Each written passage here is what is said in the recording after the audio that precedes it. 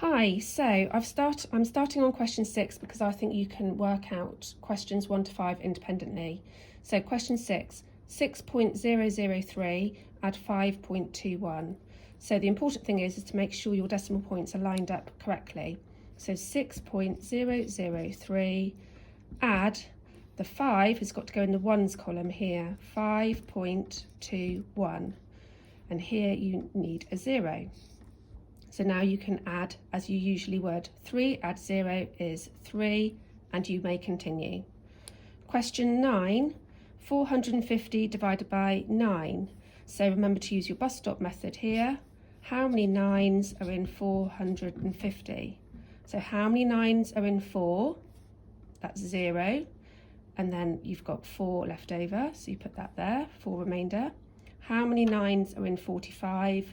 And you may continue. Question 10, 1.4 times 10. So here, remember to use your place value grid. So you've got 1.4 and you're going to make 1.4 10 times bigger. So to do that, you need to move the digits one place. So you move that 1 to here, that 4 to here, and then the decimal point is there. So the answer is, I've given you the answer.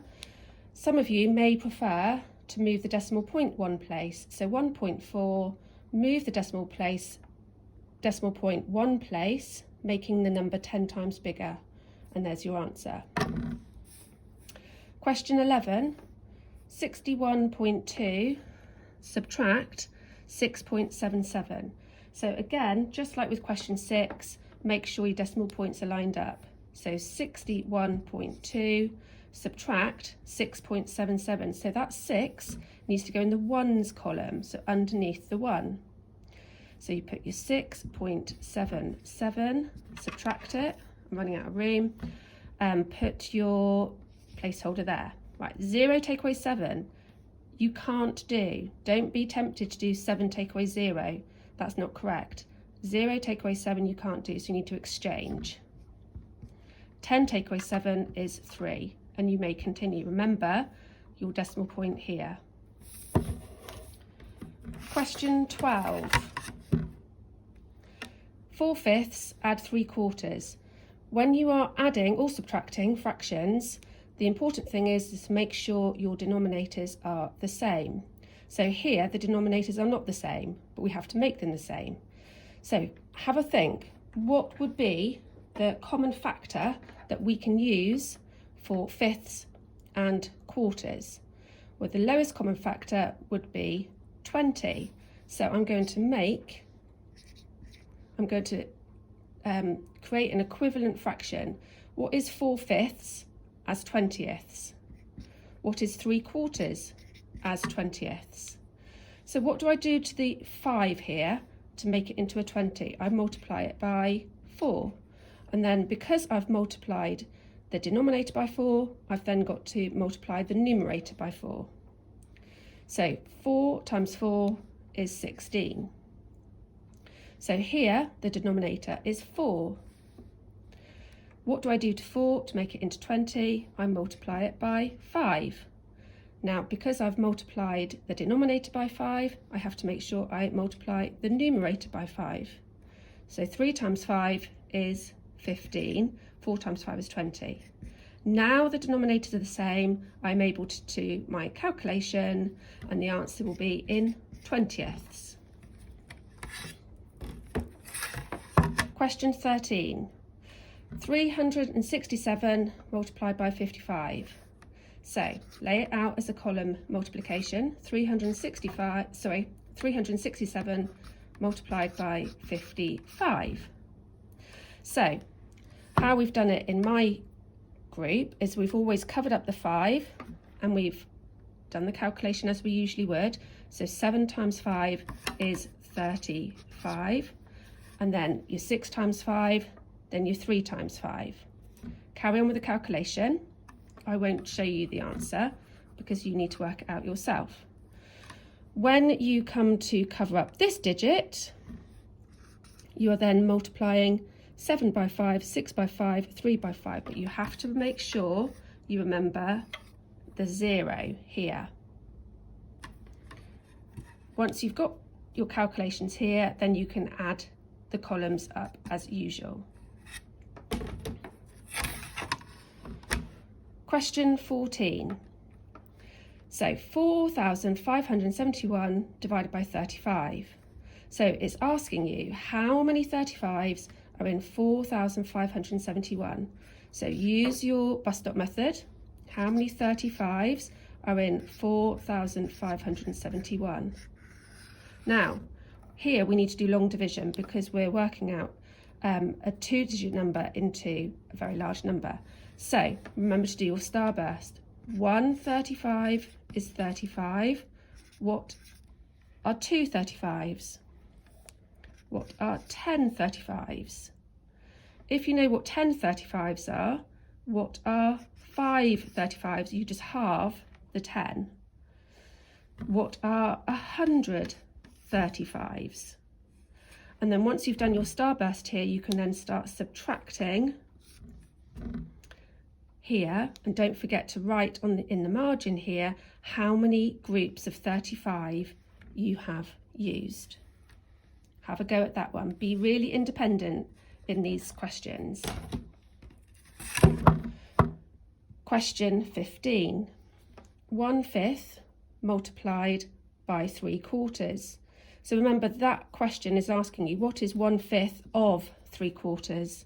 So to do that, all we need to do is multiply the numerators together and multiply the denominators together. So 1 times 3 is what?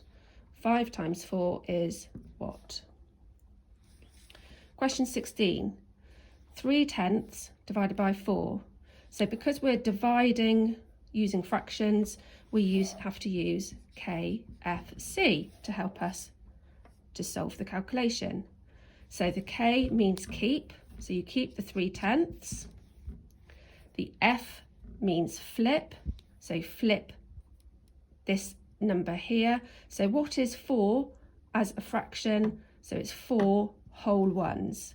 So you flip that, so that becomes 1/4, a quarter, and then you change the operation. So instead of divide, it becomes multiply. And now you can do exactly the same as what you did here. 3 times 1 is what? 10 times 4 is what? Question 17. 3.76 multiplied by 6. So there's different ways of tackling this question, but if I was you, I would make 3.76 10 times bigger. 100 times bigger by jumping the decimal point out 2 places. So 1, 2. So that would make it 376. I'm going to put 2 decimal places here in a circle to remind myself at the end to jump the decimal place back in 2 places at the end. So 376 multiplied by 6. So then you do your usual thing, 6 times 6, 7 times 6, 3 times 6. But then remember to jump the decimal point in 2 places at the end. You can cross that off once you've done it to remind yourself. Question 18. 85% of 412. Well, before you work out what 85% is, work out what 10% is, and then times it by 8. Then work out what 5% is. So 5% is half of the 10% that you've worked out already, and then add them together. So what is 10% of 412? So to work out 10% of 412, you divide it by 10. So you can either do your place value grid. So 412, there's the decimal point in a whole number, divide it by 10. So move the digits 1 place, remembering your decimal point here. So move the digit 1 place, move the digit 1 place. So 41.2. Some of you will instantly know that 412 divided by 10, you just move the decimal point in 1 place. So it's up to you which way you would like to do it. So 10% is 41.2. So to find out what 80% is, do your 41.2 times 8. Okay, so you do your 2 times 8, your 1 times 8, your 4 times 8, remembering that decimal point goes there. So that there is 80%. To work out what 10% is, to work out what 5% is, let me do that again. To work out what 5% is, well, there's your 10%, 41.2. Halve it, so divide it by 2. How many 2s are in 4? Is 2. How many 2s are in 1? 0, remainder 1. Decimal point, remember. How many 2s are in 12 is 6. So once you've worked out what 80% is, and now you've worked out what 5% is, add the 2 together to find out what 85% is. Well done, everybody.